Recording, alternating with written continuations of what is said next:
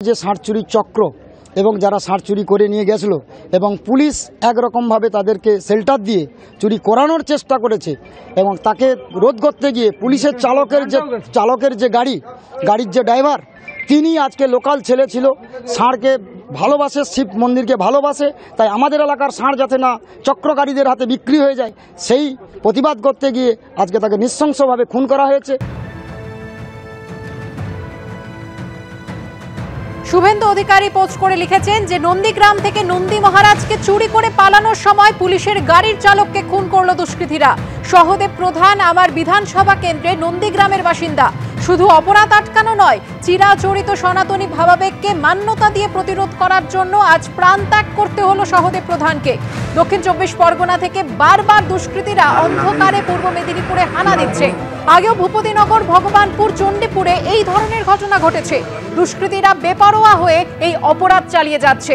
এই রাজ্যে যেখানে সনাতনী সংস্কৃতি রক্ষা করতে গিয়ে পুলিশ কর্মীরা নিরাপদ নন, সেখানে তো সাধারণ মানুষের বাস্তু ভিটে ছাড়া হতেই হবে।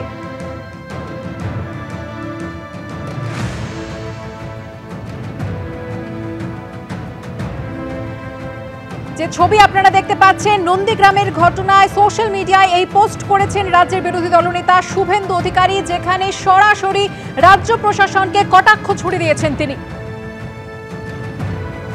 পুলিশের দাবি করছে যে গরু পাচার করতে গিয়েই কিন্তু এইরকমভাবে তাদের যে গাড়ির চালক তাকে মৃত্যু হতে হয়েছে, কিন্তু স্থানীয় বাসিন্দাদের একাংশ তারা যেটা দাবি করছেন যে ষাঁড় পাচার করা হচ্ছিল এবং সেটা আজকে নয়, বেশ কয়েক বছর আগে থেকেই হচ্ছিল এবং সেই জন্যই কিন্তু স্থানীয় বাসিন্দারা তার প্রতিবাদে কিন্তু বিক্ষোভ দেখাতে শুরু করছেন। এই যে হাসপাতাল চত্বর তুমি দেখতেই পাচ্ছ, এখনো পর্যন্ত কিন্তু প্রচুর মানুষজন তারা কিন্তু এখানে চলে এসেছেন। তাদের যেটা বক্তব্য যে যেভাবে তাদের এলাকার একজন চালককে এইভাবে অকালে চলে যেতে হলো, তার প্রকৃত কারণ কি, সেই মৃত্যুর প্রকৃত কারণ কি সেইটা তদন্ত করে দেখতে হবে।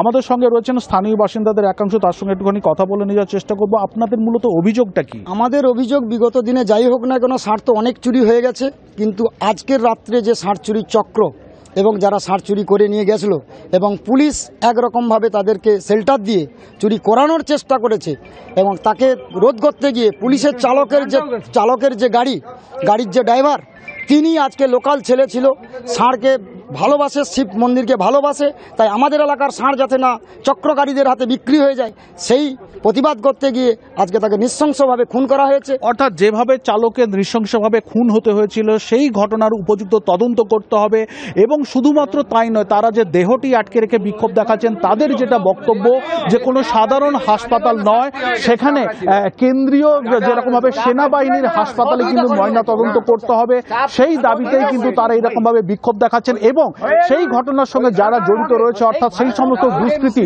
তাদেরকে অবিলম্বে গ্রেপ্তার করতে হবে। সেই জন্যই কিন্তু তারা সকাল থেকে এরকমভাবে বিক্ষোভ দেখাচ্ছেন।